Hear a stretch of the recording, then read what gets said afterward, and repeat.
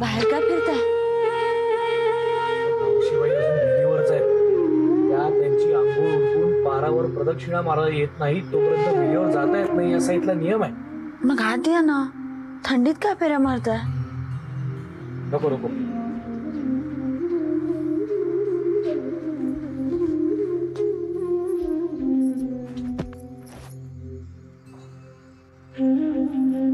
राधा राधा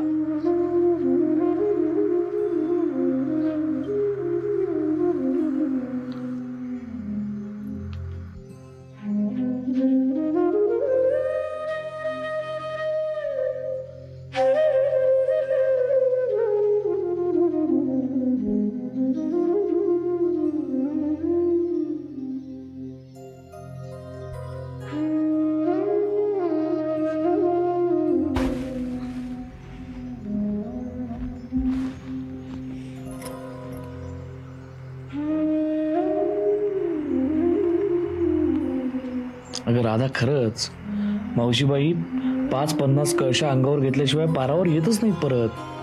5-50? आणि हा त्यांचा गेल्या कित्येक वर्षांपासूनचा दिनक्रम आहे.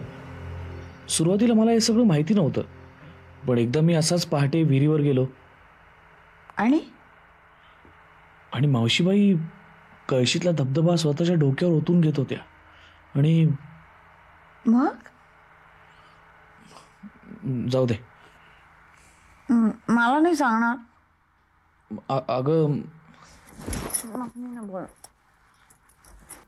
तुला कसं सांगू राधा, गोरापान देह, डोक्यावर सुद्धा केसांचा काळा डाग नाही, पिठूर चांदण्याचा एक कोरलेला तुकडाच जणू पाण्यात भिजत होता.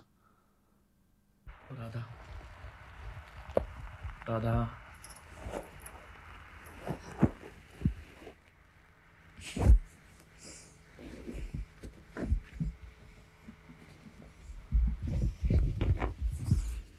पंचमं च षष्ठं विकटमेव च सप्तमं वेदनासेन उम्रवर्णं तथा सर्वं दत्तो.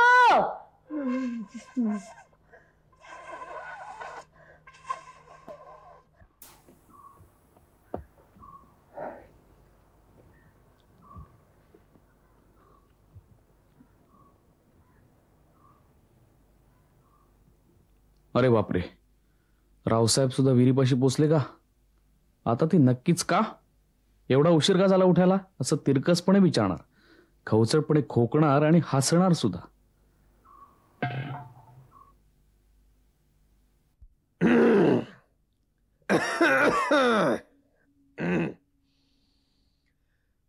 Good morning.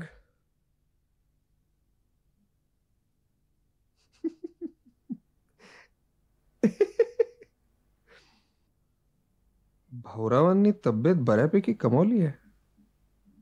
रोजच्या व्यायामानं बहुधा. छातीचं तकट खडकासारखं वर आलंय, सपाट गोळेबंद पोट, हातांची जरा जरी हालचाल झाली तरी दंडावर गोळे उठतात. हे राधा बहिणींपेक्षा 12-14 वर्षांनी मोठे असतील नाही? हो.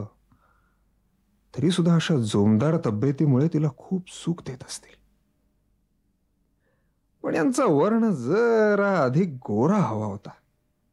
तिच्या गौरकाय वर्णाला साधारण तरी शोभेल असा. तिचा वर्ण म्हणजे चांदण्या रात्री पाहावं असं केशराचं दूध. वा, व्हॉट अ कॉम्प्लेक्शन.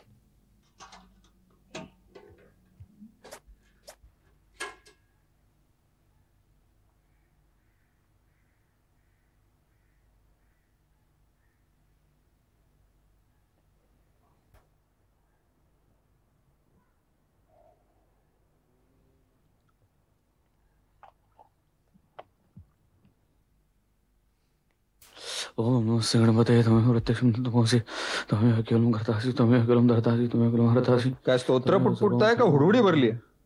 हुडहुडी भरली. तुम साक्षात. मग 2-4 तांबे कमी घ्या डोक्यावर. नाही, स्तोत्रच पुटपुटतोय. मला आवडत नाही माहिती आहे ना तुम्हाला. मावशीबाई सुद्धा पुटपुटत नाहीत माझ्यासमोर. मग हुडहुडी भरली आहे असं समजा.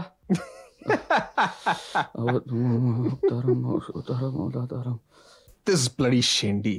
शेंडी तर ओढवलीच पाहिजे. ऍटलिस्ट यांनी हा मिशांचा झुपका तरी ट्रिम केला पाहिजे. छान चांगली रेखीव तलवार धरायची दोन्ही बाजूला. केस वाढवायचे. चांगला मधोमध भांग पाडला पाहिजे. किती छान दिसते.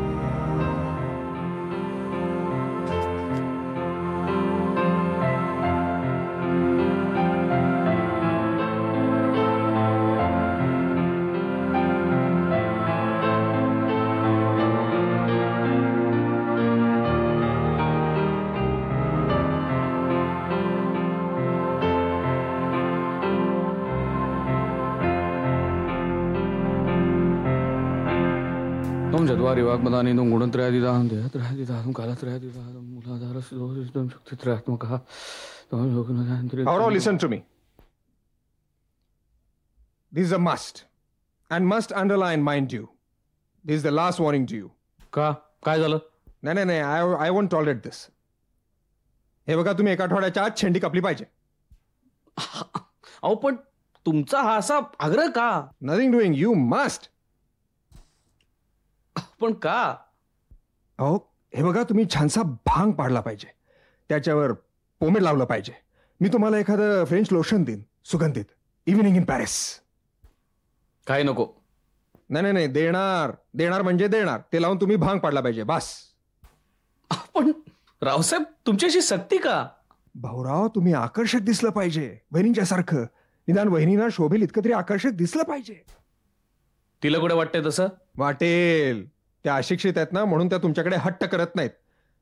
हे बघा, तुम्ही त्यांना एकदा लंडनला फिरवून आणा. लंडनला? हो. ते काय मंडईत फिरून आणण्यात का सोपं आहे रावसाहेब? तुम्ही त्यांना एकदा लंडनला फिरवून आणा आणि मग बघा त्यांच्या दृष्टिकोनात कसा बदल होत होते. आपल्या देशात ना सौंदर्याचं काही नाहीच. सौंदर्य कसं खुलवावं, सुंदर कसं दिसावं, काय नाही. तुम्ही त्यांना 4 भिंतीत कोंडून ठेवा. अहो, त्यांनी कधी बाहेरचं जगच पाहिलं नाही तर त्या हट्ट तरी कशाचा धरतील? अहो, तुम्ही त्यांना एकदा बाहेर फिरवून आणा आणि मग बघा तुमच्या दाड्या, मिशा, शेंड्या, लंगोट्या, पंचे कशा टराटरा फाडतील ते. मी म्हणतो रावसाहेब, राखली मी शेंडी तर तुमचं काय जातं? माझं काही जात नाही, तुमचा जातो रुबाब. अहो, तुम्ही शेंडी कापलीत, केस वाढवलेत, छानसा भांग पाडलात, सुवासिक पोमेड लावून, तर वहिनी किती खुश होतील, प्रफुल्लित होतील एकदम. तुमच्या सहवासात त्यांना बरं वाटेल, त्यांच्या सहवासात तुम्ही एकदम छान वाटेल तुम्हाला. मग काय होईल? ऍटमॉस्फिअर रोमॅन्टिक होईल. बोडकं माझं. मला वाटतं रावसाहेब, तुम्ही हा नाद सोडावा हेच बरं. आपल्यासारख्या विलायतीला शिकून आलेल्या बॅरिस्टरांनी माझ्यासारख्या सामान्य माणसाच्या शेंडीसारख्या क्षुद्र विषयावर जीवाची तगमग करून घेणं बरं नाही रावसाहेब. त्यातून माझी पूजा अर्चा व्हायची आहे. हा भाऊराव, कालचा टाइम्स पाहिलात का? मी टाइम्स वाचत नाही, केसरी वाचतो. It's all right. कालच्या टाइम्स मध्ये फोटो आलाय टिळकांचा. तुमचे लोकमान्य टिळक. ही विधभर शेंडी लोमती आहे आठवड्याभराची खुर्टी दाढी वाढली आहे. इथला डिस्ट्रिक्ट कलेक्टर आहे. हो हो हो हो हो, त्यांच्या हजामती करायला आहेत ICS आणि बॅरिस्टर आणि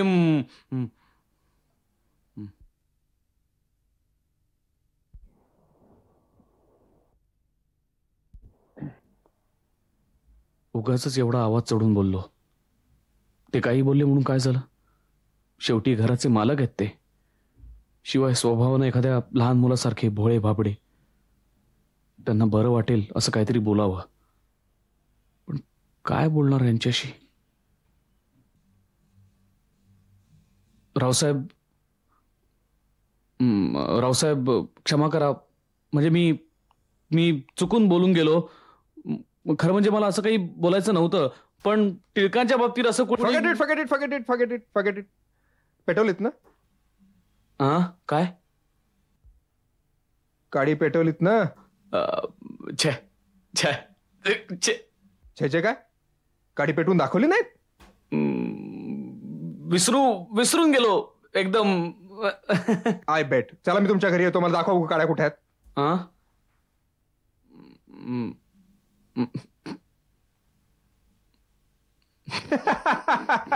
good good good good good good good very good. घड्याळात 11चे टोले पडत होते आणि तुमच्या खिडकीच्या तावदानावरती that bloody flame was dancing. वहिनींचा मोठ्यांदा हसण्याचा आवाज सुद्धा आला. I am sure she must have enjoyed it. हे बरं आहे, आम्ही तुम्हाला आमच्याकडच्या दुर्मिळ मौल्यवान वस्तू देणार. तुमचा मूड रोमॅन्टिक व्हावा म्हणून तुम्हाला मदत करणार. आणि काय झालं हे सांगण्याची तसदी न घेता तुम्ही आमच्याशी खोटं बोलून आमच्या तोंडाला पानं पुसणार. Good. This is a typical Indian mentality. Romantic होणं म्हणजे पाप समजायचं. काय केलं ते सांगायला अरे बापरे ते सांगायला घाबरायचं. अहो केली आहे मजा तर सांगा ना, मजा केली आहे म्हणून. मी तुम्हाला आणखीन काढा देऊ का? सांगा, देऊ का? No problem. That rascal Jim Norton मला आणखीन काड्या पाठवून देईल. He will be happy to know that romantic couple is enjoying them.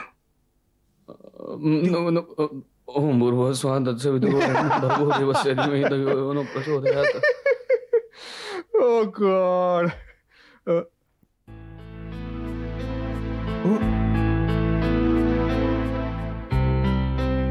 I could imagine a living flame. I can imagine a living flame.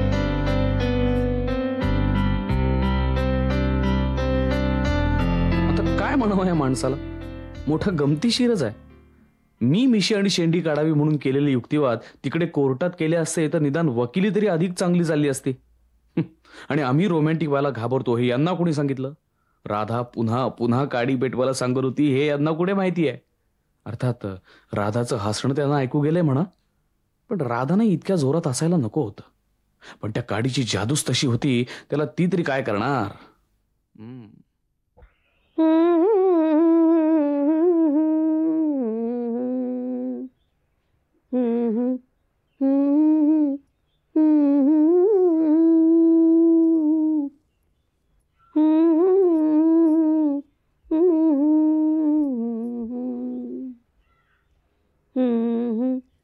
Pandhari से आई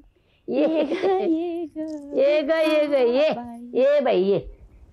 बस झोपली होतीस वाटतं. हो, डोळा लागला होता जरा दुपारचा जेवणानंतर. काय बघता मावशीबाई? कुठं काय, काही नाही. काय इथं करमतंय ना? हो, तुम्हाला काय करमायला खूप गोष्टी आहेत ग. आम्हाला मात्र दुपार खायला उठते. काहीतरी काम काढ बाई. कसलं काम काढू? कसलंही दळण टिपण निवडणं कसलंही. राहू देव मावशीबाई, आधीच किती काम करत असता. बसा जरा स्वस्थ. ग बाई, स्वस्थ बसून कसं चालेल? काम करत राहिलं पाहिजे. अगं गावचं दळण दळते मी. तुझं दळण दळलं म्हणून काय होतं? तरी पण मला कसं बरं वाटेल? माझं काम तुम्ही करणार. रोज जातो ओढायला हवं बाई, तरच मे झडेल, अंग सुटून चालणार नाही. का? अगं विधवा आहे ना मी. म्हणून काय झालं? काय झालं? जरा मास चढलं की लोक म्हणतील बाई ढंग करते, कुणाला तरी घरात घेते. शी. अगे लोकांची तोंड ती. म्हणून मी रोज दळण दळते, पिंपळाला 500 प्रदक्षिणा घालते, उगाच नाही. कळलं? जाऊ दे, माझं रडगाणं राहू दे. चल तू काहीतरी दळण काढ. उठ उठ उठ उठ उठ उठ उठ. गहू तांदूळ काही काढ बाई, उठ. अरे दत्तू, हे सगळं आत घेऊन जा बाबा. मी राधाक्काकडे आहे हो.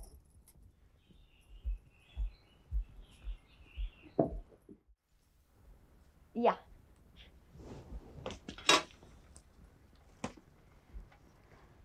काय आणलंयस? गहू. गहू.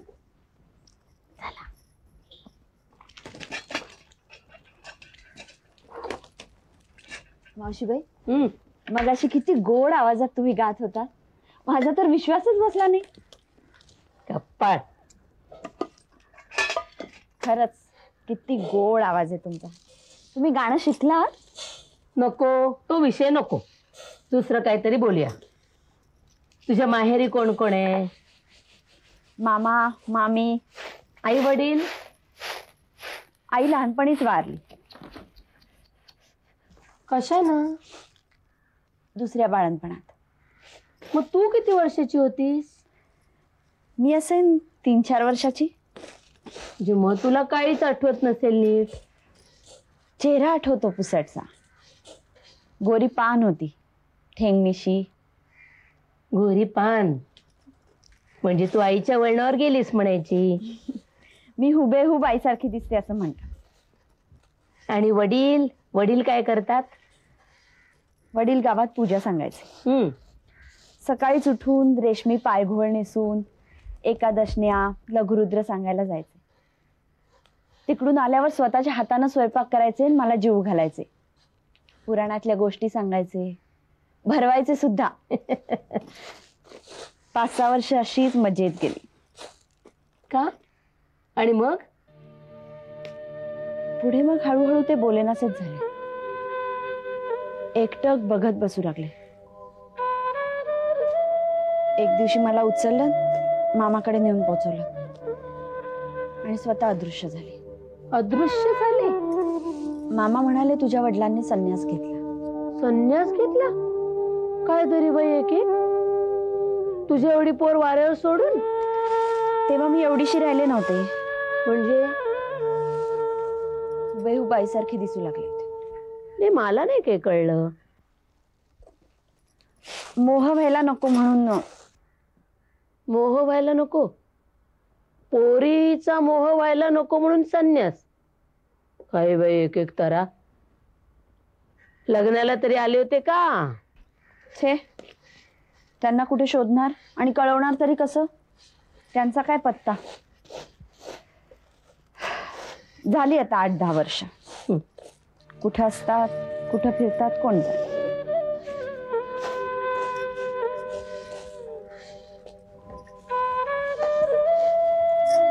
विचारू का नको काही कळत नाही. विचार की विचार. त्यांनी लग्न का नाही केलं? कुणी? बॅरिस्टरांनी. राहू ना. 3 भावांपैकी एकानंही केलं नाही. नानानं नाही, बाळानं नाही, राहूनं नाही. का? शाप. शाप आहे या घराण्याला. दुसरं काय सांगणार? काल बघितलंस ना, नाना आणि बाळा जमिनीवरच्या मुंग्या मोजत कसे बसले होते ते. आम्ही नमस्कार केला तर आशीर्वाद सुद्धा नाही दिला. कसे देतील? कसे देतील?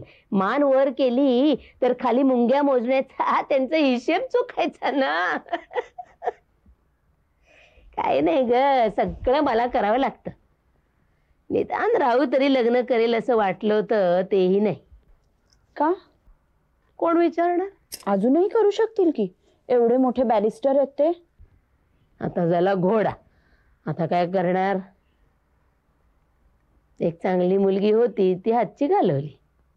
कोण हो? होती एक दमयंती गोळे.